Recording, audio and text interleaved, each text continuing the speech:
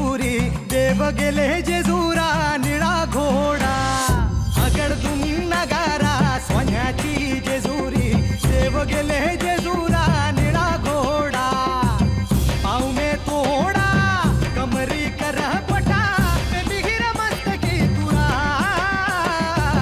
खोबऱ्याचा कुटका भंडाऱ्याचा भडका बोल अहंकारा सदानंदाचा येळको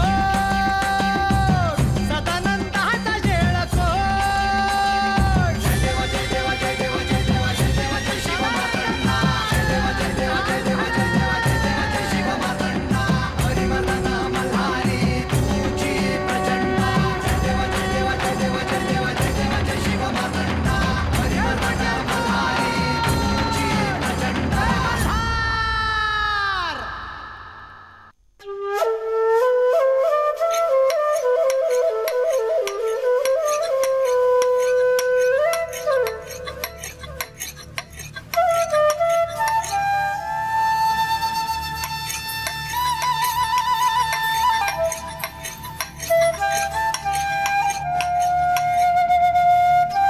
अगं काय ग हे? अरे आता जेजुरीला जायचंय ना हो, मग तयारी नका कराया. जाताना येताना वाटत जेवायला लागल आणि रातच्याला कुठं झोपायचं म्हणलं तर 4 घोंगड्या हव्या संग. वय आणि आता जायचं म्हणलं तर खंडवासनी द्या काय न ग वय. वय वय म्या बी जरा हाताला धार काढतोया. रानामध्ये कोण जनावर अंगावर आलं ना बरोबर असलेलं बरं काय. आजा अय आजो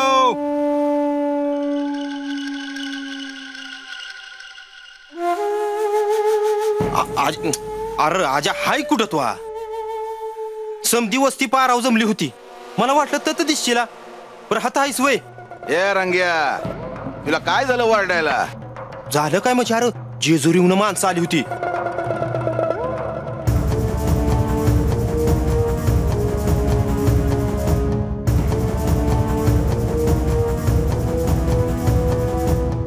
जेजुरी आणि कशाला आली होती म्हणायचं? कशाला म्हणजे दवंडी द्या कशा? दवंडी आणि कशाची र? काय अवतान हाय वय? अगं कसलं अवतान घेऊन बसली आज बानू. ती खंडोबाचा राज्याभिषेकच पुढे गेलं या.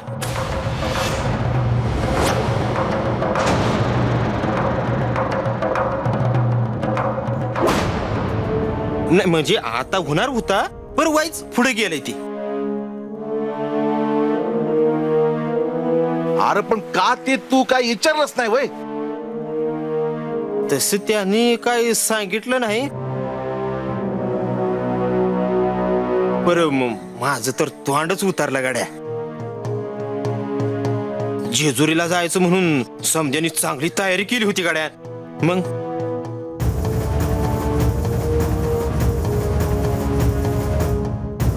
पण आता काय राहिलंच. आजा मी जाऊन येते वस्तीवर, पाहून येते ते लोक आहेत का ते आणि विचारते त्यासनी यो म्हणतोय ते खरं आहे का ते. जा जा जा पण विचारून ये. मी काय खोटं सांगतो वेळ तवा? जा पण जा विचार.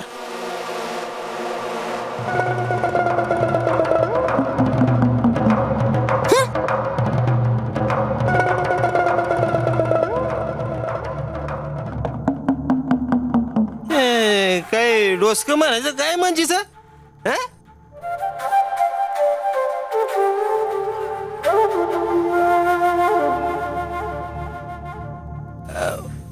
बरं राहिलं ती पर अजाब ही काही चांगलं झालं नाही गाड्या. अजून येळ लागणार म्हणल्यावर समध्यांचा जोर कमी व्हाया नको हाय का नाही?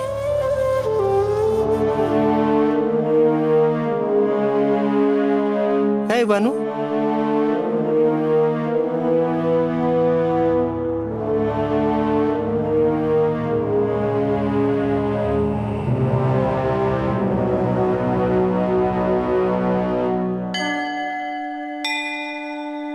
माते, राज्याभिषेक पुढे न्यावा या प्रस्तावाला आपण उभयतांनी सहमती दर्शवली हे खूप बरे झाले. ब्रह्मदेवांनी जो प्रस्ताव ठेवला तो योग्यच होता. त्यांनी योग्य वेळी हा प्रस्ताव ठेवला म्हणून हा निर्णय होऊ शकला.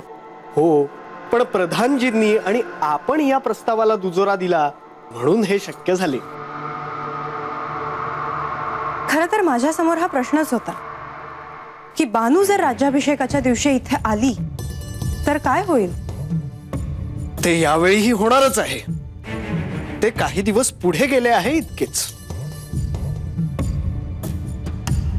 म्हणूनच मी दुसरा पर्याय सुचवला होता की बानूला जेजुरीत येण्यापासून थांबवावं. आणि मी त्याला असमर्थता दर्शवली, कारण बानूची भक्ती एका अशा पदाला पोहोचली आहे की आता तिला तिचे फळ मिळावे. तुम्ही नाही म्हणालात या तुमच्या धाडसाचं मला कौतुक वाटलं. नारायण नारायण. माते, कौतुक कसले. बानू ही माझी शिष्या आहे आणि मला प्रांजळपणे असे वाटते की आयुष्यात जे भोगायचे ते बानूने भोगले आहे. आता तिला आयुष्यात सुख मिळावे. हो, पण जरा जपून. प्रधानजींची भेट नाही झाली, पण आपली भेट झाली. आता मी निघतो. चंदनपुरीत जायचे आहे. ते ठीक आहे, परंतु जाण्याआधी म्हाळसादेवींना भेटून जा. मी त्यांना सांगितले आहे की तुम्ही आलात की त्यांना कळवेन. नारायण नारायण. क्षमा असावी माते, पण आत्ता नको. मी नंतर भेटीन ना त्यांना. आज्ञा असावी.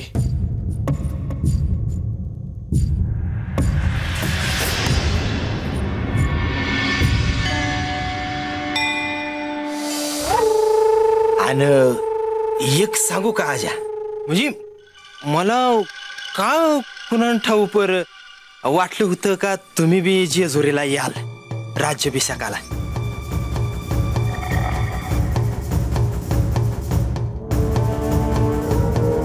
नाही बा. चालायचंच त्याला काय. बरं एक सांगू का, आता येळ हाय. आताच ठरवू आणि पुढच्या येळेला याचं असेल तर चला माझे संघ जेजुरीला. म्हणजे समधी एकत्र जाऊ. हाय का नाही. हे रंग्या, बघू. अंगाशी येऊ का मग. येतो.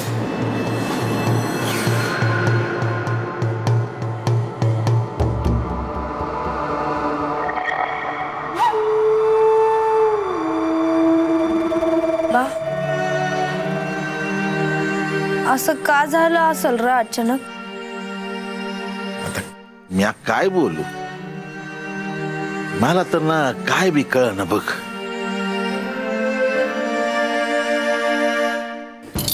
नारायण नारायण.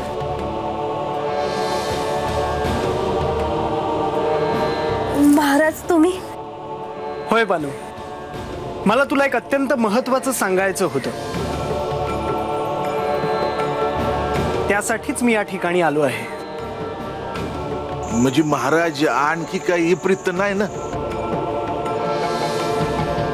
मी समजलो नाही. तो रंगा आताच सांगून गेला हो की खंडोबाचा राज्याभिषेक पुढे गेला आहे म्हणून. नारायण नारायण. हो, ते खरं आहे. खरं तर हेच सांगण्यासाठी मी इथे आलो होतो. पण आता असं लक्षात येतंय की हे तुम्हाला आधीच कळलं आहे. वय महाराज, पर असं का झालं ते नाही कळलं बघा. श्री खंडेरायांच्या राज्याभिषेकाची ही योग्य वेळ नव्हती असं म्हणायचं. साक्षात ब्रह्मदेव सुद्धा असाच प्रस्ताव घेऊन जेजुरीत आले होते. उलट पक्षी मी तर म्हणेन की हा राज्याभिषेक पुढे गेला आहे एका अर्थी बरंच झालं.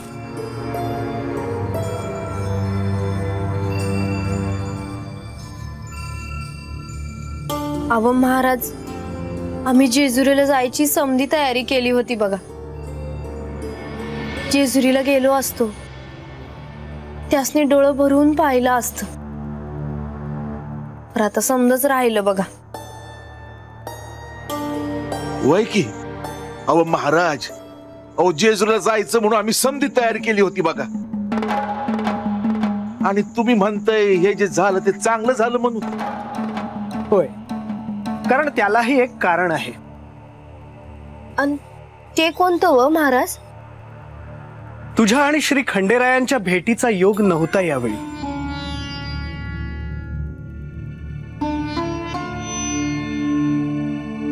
म्हणजे मी हा नाही समजले महाराज. म्हणजे बानू, तू मनातून कितीही ठरवलं असतंस तरी तुला जेजुरीला जाताच आलं नसतं. तुझी आणि श्री खंडेरायांची गाठ भेट झालीच नसती.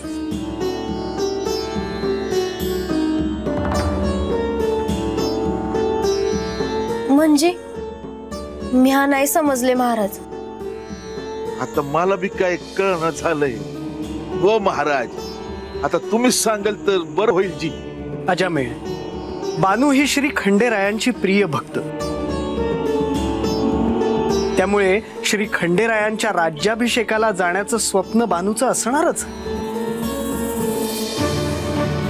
पण म्हणून तुम्ही जेजुरीला जायला निघाला असता तर अशी काहीतरी विघ्न आली असती की ज्यामुळे तुम्ही जेजुरीला पोहोचू शकला नसतात.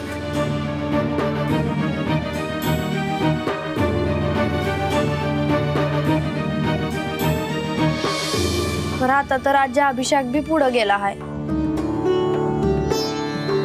हो बानू, त्यामुळे यावेळी तुझी आणि श्री खंडेरायांची भेट नक्की होणार.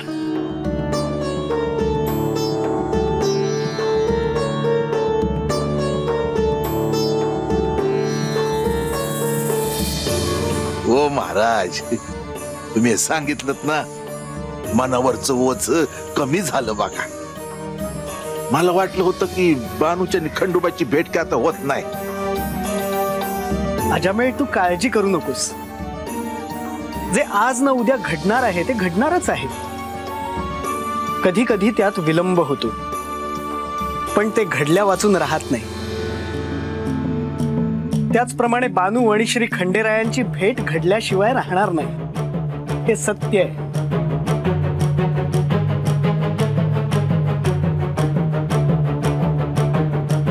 जशी ही देवाची इच्छा.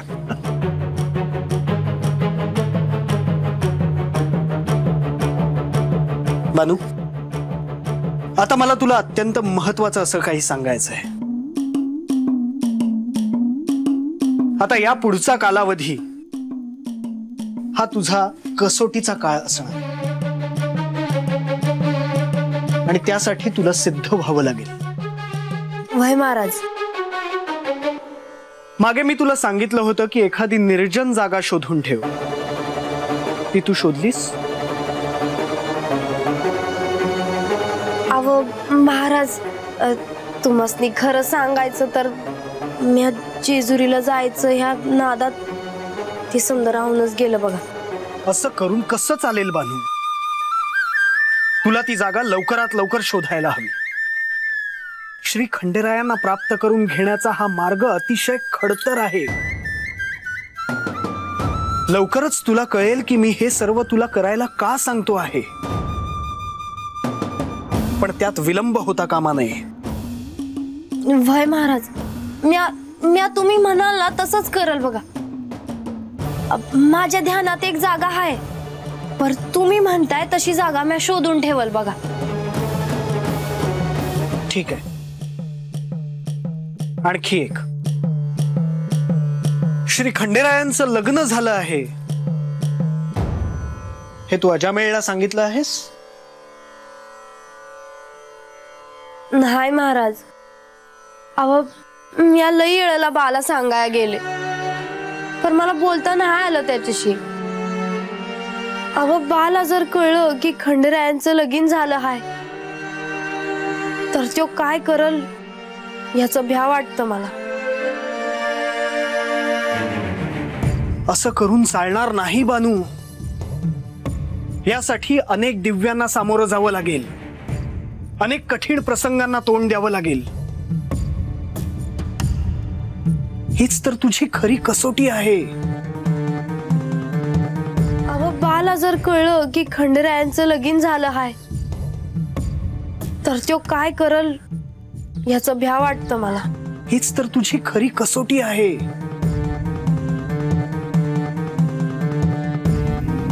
हे सर्व टाळण्याचा जर का तू प्रयत्न केलास तर श्री खंडेरायांना प्राप्त करण्याचा मार्ग अधिक कठीण होत जाईल.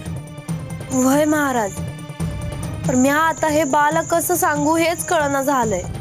जर तुला हे अजामेळला सांगता येणार नसेल तर तुझा गुरु या नात्याने मला ते अजामेळला सांगावंच लागेल. नाही महाराज नाही, मी बोलते त्याच्या संग. तू जर आज हे अजामेळला सांगितलं नाहीस तर उद्या ते सांगायला मी येईन हे ध्यानात असू दे. आणि आजपासून तुझा कठोर कसोटीचा काळ सुरू झाला आहे याचं भान सतत असू दे.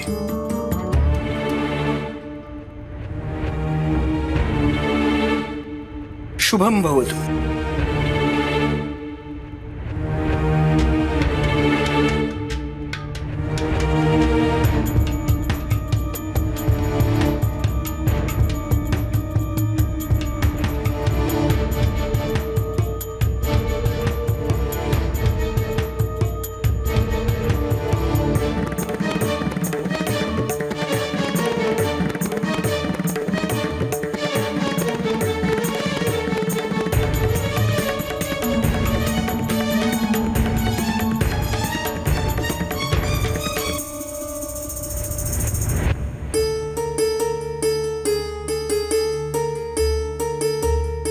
हळदीचे हे शिवलिंग जोपर्यंत आपल्या मूळ स्वरूपात राहील तोपर्यंत आपले श्री खंडेरायांशी असलेले अर्धांगिनीचे नाते अबाधित राहील.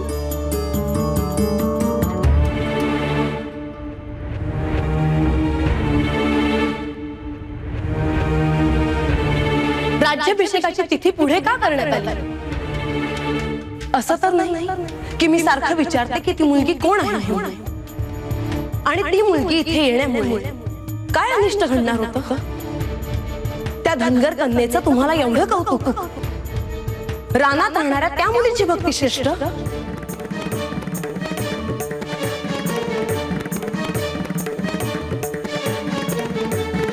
दोन दिवस मी किती आनंदात होते, पण हा आनंद फार काळ नाही टिकला. आता हे शिवलिंग मला रोज पाहायलाच हवं. मला असे भय का वाटते आहे की हे शिवलिंग आपला आकार सोडेल. म्हाळसा,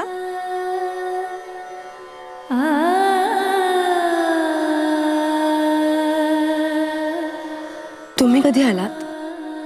अहो तुम्ही किती दचकलात. काय झालं?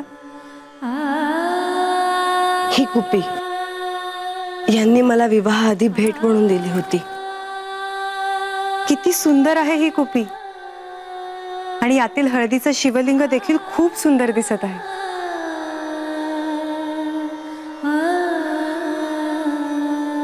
तुम्हाला देखील हे सुंदर वाटले ना? मलाही तसेच वाटले होते, पण या हळदीच्या शिवलिंगामागे एक संकेत आहे.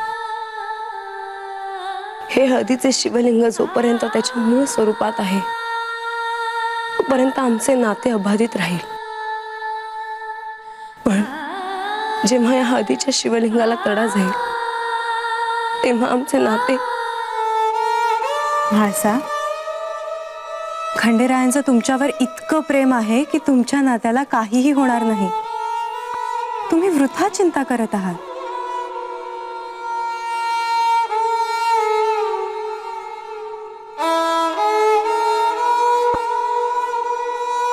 तसं नाहीये. एक एक घटना अशा घडत गेल्या की भृगु ऋषींनी सांगितलेले भविष्य खरं ठरेल असं वाटायला लागलंय मला.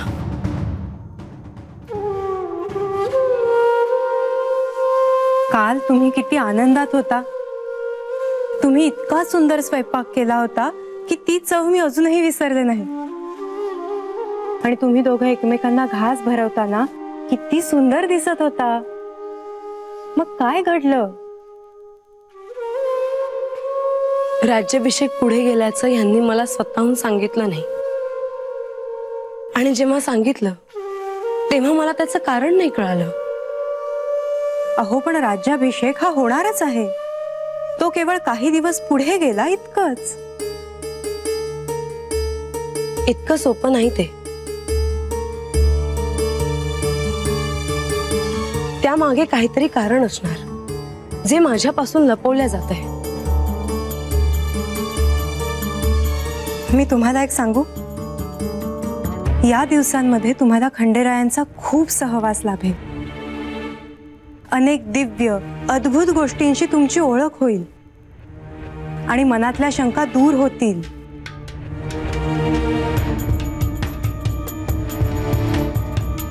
असं झालं तर उत्तमच आहे, परंतु मला माझ्या काही प्रश्नांची उत्तरं मिळतच नाहीत.